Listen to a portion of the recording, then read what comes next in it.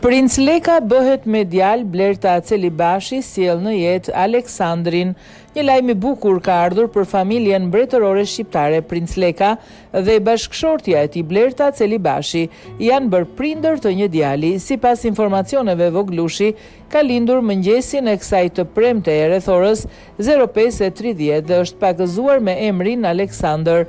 Lajmi vjen vetëm pak muaj pasi çifti kurorëzoi dashurinë në një martesë në një ceremoni private të zhvilluar në muajin mars. Princ Leka dhe Blerta Celibashi e bën publike lidhjen e tyre rreth një vit më parë, ndërsa tani kanë nisur një kapitull të ri në jetën e tyre me ardhen në jetë të djalit të tyre Aleksandër.